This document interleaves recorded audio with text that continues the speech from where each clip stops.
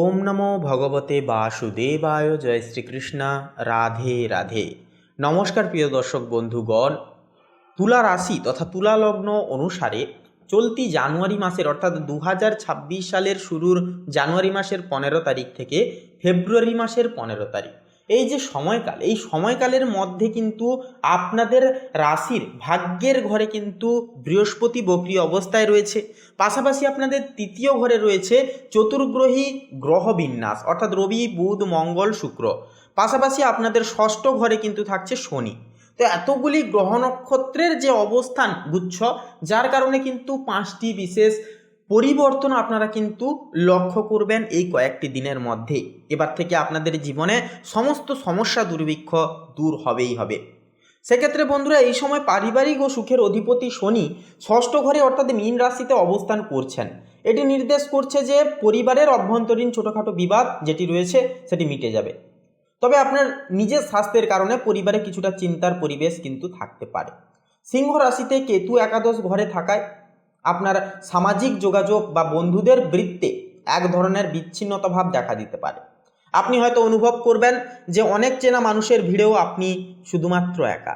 তবে আপনার তৃতীয় ঘরে ধনু, রবি, মঙ্গল, বুধ ও শুক্রের চতুর্গ্রহী যোগ থাকবার কারণে ভাই বোনদের সাথে সম্পর্কের ক্ষেত্রে তেজ বা আবেগ দুটোই কিন্তু কাজ করবে। মঙ্গলের প্রভাবে ভাইদের সাথে একান্তই বলবো ছোটোখাটো তর্ক একটা লাগতে পারে, কিন্তু শুক্র ও বুধের উপস্থিতিতে তা দ্রুত কিন্তু মিটে যাবে। আপনি এই সময়ে নিজের সাহস ও পরাক্রমের মাধ্যমে পরিবারের কোনো দীর্ঘস্থায়ী সমস্যার সমাধান কিন্তু করে উঠতে সক্ষম অবশ্যই হবেন। পাশাপাশি বন্ধুরা, কর্মজীবন ও পেশাগত জীবনের ক্ষেত্রে বলি, আপনার কর্মক্ষেত্রে এই সময়টি অত্যন্ত শক্তিশালী এবং সচিবময় সময়কাল প্রাণ গঠন আনবে।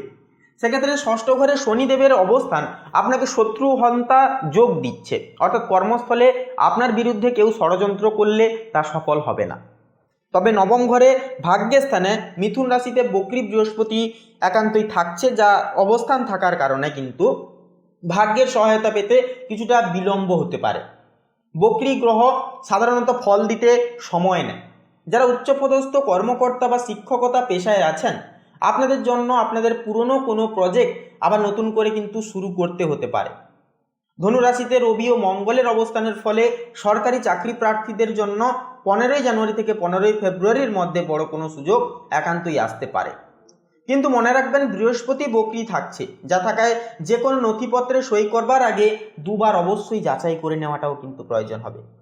কেতু একাদশে থাকছে, যা থাকায় আপনার একান্তই আয়ের একটা অগ্রভাগ বা পেশাগত নেটওয়ার্ক থেকে কিছুটা অকেজো মানুষ ধরে যাবে, যা দীর্ঘমেয়াদে আপনার জন্যই কিন্তু শেষমেশ ভালো একটা ফল দেবে। আর্থিক দিক থেকে এই সময়টি কিন্তু বেশ ইতিবাচক হলেও রাহুর অবস্থান কিছুটা সতর্ক সংকেত দিচ্ছে বা সতর্ক থাকার একটা কিন্তু ইঙ্গিত দিচ্ছে, পরিবার্তা দিচ্ছে। পঞ্চম ঘরে একান্তই রাহুর একটা অবস্থান থাকছে, যা আপনাকে হঠকারী বা ঝুঁকিপূর্ণ বিনিয়োগে যেমন শেয়ার বাজার বা লটারির দিকে প্রলুব্ধ একটা কিন্তু করতে পারে। কিন্তু একাদশভাবে কেতু থাকায় সেই লাভের টাকা হাত থেকে বেরিয়ে যাওয়ার একটা চান্স বা প্রবল সম্ভাবনাও কিন্তু থাকে। তবে ধনু রাশিতে শুক্র ও বুধের মিলন আপনার যোগাযোগ মাধ্যম থেকে উপার্জনের একটা পথকে সুপ্রশস্ত করবে। যারা লেখালেখি, কনসালটেন্সি বা বিপণন কাজের সাথে যুক্ত, আপনাদের আর্থিক লাভ কিন্তু সুনিশ্চিত হবে। রবি ও মঙ্গলের প্রভাবে সম্পত্তি সংক্রান্ত কোনো কাজ লাভ হতে পারে। একান্তই বক্রী বৃহস্পতি আপনার ভাগ্যস্থানে থাকায় পৈতৃক সম্পত্তি থেকে কিছু পাওয়ার একটা চান্স বা সম্ভাবনা থাকলেও আইনি জটিলতা দেখা দিতে পারে। তাই এই সময়ে সঞ্চয়ের ক্ষেত্রে খুব সাবধানে অবশ্যই পা ফেলতে হবে আপনাদের। পঞ্চম ঘরে রাহুর অবস্থান থাকছে, শিক্ষার্থীদের মনোযোগে চরম একটা বিভ্রান্তি তৈরি করতে পারে। বিশেষ করে কারিগরি বা বিজ্ঞান বিভাগের ছাত্রদের জন্য সময়টি অনেকটা ভালো হলেও কলা বা সাহিত্য বিভাগের ছাত্রদের মনোযোগে ব্যাঘাত ঘটবে। প্রেমের ক্ষেত্রে এই সময়টি অত্যন্ত উত্তেজনাপূর্ণ হবে। রাহু পঞ্চমে থাকায় প্রেমের সম্পর্কে অতৃপ্তি বা অহেতুক সন্দেহ কিন্তু একটা বাড়তে পারে। তবে শুভর ক্ষেত্রে অর্থাৎ শুক্রের যে শুভ অবস্থান থাকছে, যা থাকার কারণে সম্পর্কের মধ্যে রোম্যান্টিকতা কমবে না।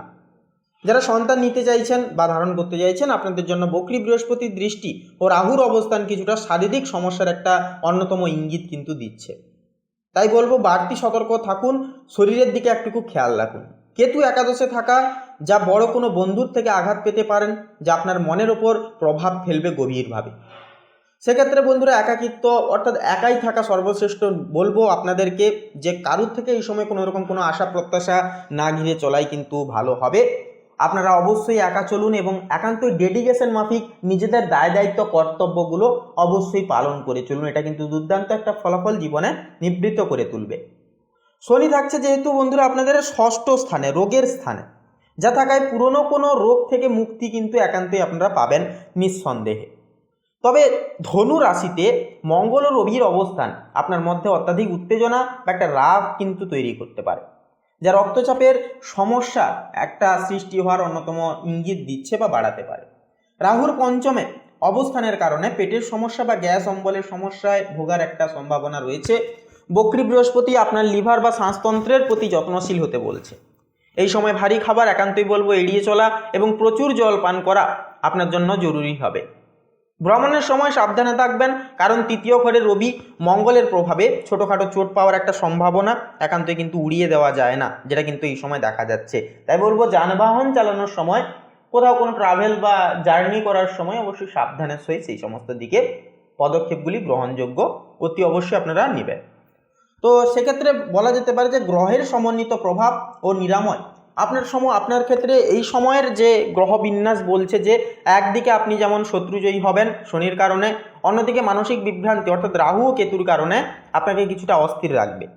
একাদশে কেতু আপনাকে একান্তই বৈষয়িক লাভের চেয়ে আধ্যাত্মিক একটা উন্নতির দিকে বেশি ঠেলে দেবে। কিন্তু একই সময় ধনু রাশির 4টি গ্রহ আপনাকে কর্মব্যস্ততার মধ্যে রাখবে। বক্রী বৃহস্পতি আপনাকে শিক্ষা দিচ্ছে যে অতীতে করা কোনো ভুলের সংশোধন না করলে পরে ভবিষ্যতে এগোতে পারবেন না। তাই বলবো অবশ্যই অতীতে করা কোনো ভুল একান্ত এই সময় সংশোধন করে জীবনে বর্তমানটাকে নিয়ে বাঁচতে শিখুন এবং এগিয়ে যান। অহেতুকভাবে কোনো অতীতের ফেলে আসা দিনগুলোকে মনে করবেন না বা কষ্ট পাবেন না, তাতে করে কিন্তু সমস্যা তথা নেতিবাচকতা বৃদ্ধি পাবে এবং সেই দুর্ঘটনাগুলি কিন্তু ঘটবে। তাই বলবো যতটা পারবেন পজিটিভলি দিনগুলো কাটান, বর্তমানকে নিয়ে ভাবুন এবং একান্তই নিজেদেরকে আরও বিশেষ কিছু সুবাদে কীভাবে ডেভেলপ আনা যায় নিজেদের জীবনে, সেই দিকে মনোযোগ রাখুন। নিয়মিত বলবো ওম নমঃ শিবায় মন্ত্র জপ করুন, যা রাহুর নেতিবাচক প্রভাব কমাতে অনেকটাই সাহায্য করবে। শনিবার কোনো দরিদ্র ব্যক্তিকে কালো তিল বা সর্ষের তেল দান করুন। বৃহস্পতির শুভ ফল পেতে হলুদ রঙের রুমাল সাথে করে রাখবেন। এই কাজগুলি করলে পরে অনেকটাই গ্রহ নক্ষত্রের সুঅবস্থায় একটা প্রভাব কিন্তু পেতে পারবেন। তো বন্ধুরা আপনাদের ক্ষেত্রে বলি, তুলা রাশি তথা তুলা লগ্ন অনুসারে শুভ সংখ্যা হবে 35 এবং 38। শুভ দিক হবে বন্ধুরা পূর্ব এবং দক্ষিণ। শুভ রং হবে নীল এবং গোলাপি। শুভ রত্ন হবে ইন্দ্রনীলা এবং চুনি। তো বন্ধুরা আজকের এই পর্বটি এই পর্যন্ত। আজকের এই পর্বটি ভালো লাগলে অবশ্যই কমেন্টে আপনারা লিখে যাবেন ভক্তি ভরে হর হর মহাদেব, জয় সবার বড় ঠাকুর শনিদেবের জয়, অবশ্যই আপনারা লিখে যাবেন। ভিডিওটি আপন বন্ধু বান্ধবদের সাথে শেয়ার করে অবশ্যই আমাদের এই চ্যানেলটিকে সাবস্ক্রাইব করে অল অপশানে সিলেক্ট করে পাশে থাকতে ভুলবেন না। আপনারা ভালো থাকুন, সুস্থ থাকুন, সর্বদা সুরক্ষিত থাকুন। ঈশ্বরের কৃপা এবং ইউনিভার্সের আশীর্বাদে আপনারা জীবনে দুর্দান্তজনকভাবে সময়ের সাপেক্ষে আপনারা শুভ ফলাফল আপনারা জীবনে নিয়োজিত করুন, জীবনে প্রাপ্তি করুন, এই কামনাই বাসনা জানাই। প্রত্যেকের উদ্দেশ্যে নমস্কার।